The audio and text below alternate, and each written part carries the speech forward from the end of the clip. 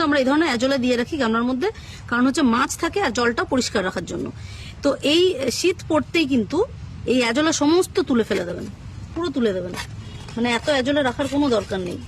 যদি রাখতে ইচ্ছা হয়, যদি একান্তই মনে হয় যে রাখবেন, রাখতে চাইছেন, ফেলতে চাইছেন না, তাহলে এগুলো একটা অন্য পাত্রে জল দিয়ে বা অন্য কোনো গামলার মধ্যে জল দিয়ে রেখে দেবেন, একদম কমিয়ে দেবেন, মানে একদম 2-4টে থাকলে থাকবে, কিন্তু পুরো চেষ্টা করবেন কমিয়ে ফেলার। কমিয়ে যে পুরনো শুকনো যত পাতা আছে সেগুলো ফটাফট কেটে দেবেন, কেটে দিয়ে গামলার জলটা ফেলে পরিষ্কার করে আবার জল ভর্তি করে রেখে দেবেন।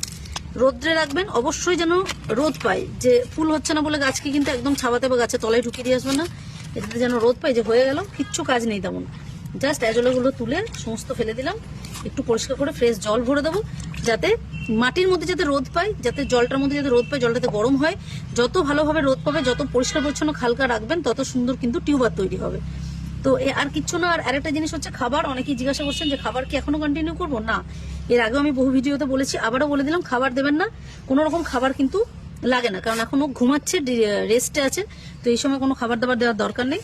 এই গাছগুলো কিন্তু শীতকাল শেষ হলে, অর্থাৎ ঠিক ফেব্রুয়ারির মাঝামাঝি সময় থেকে যখন গরমটা পড়তে শুরু করবে, শীত বিদায় নেবে, তখন কিন্তু ধীরে ধীরে গাছগুলো রিপোর্টিং করতে হবে। এই যে দেখতে পাচ্ছেন, এগুলো যেমন দেখুন আমরা কীভাবে পরিষ্কার করে রেখেছি, একদম 2-4টে অ্যাজোলা ছিটানো আছে, একদম কিন্তু ক্লিন পরিষ্কার রেখেছি, যাতে রোদ পায় গাছের মধ্যে, কোনো শ্যাওলা নেই, কিচ্ছু নেই। তো আমাদের এখানে বাগানে দেখতে পাচ্ছেন প্রচুর গাছ রয়েছে, মানে 500-500-র ওপর গাছ রয়েছে, যেগুলোকে কিন্তু রিপোর্টিং করব শীতের শেষে। তো ফেব্রুয়ারির শুরু থেকে আমরা শুরু করে দেবো, মোটামুটি মার্চ এপ্রিল মাস পর্যন্ত চলবে রিপোর্টিংয়ের কাজ।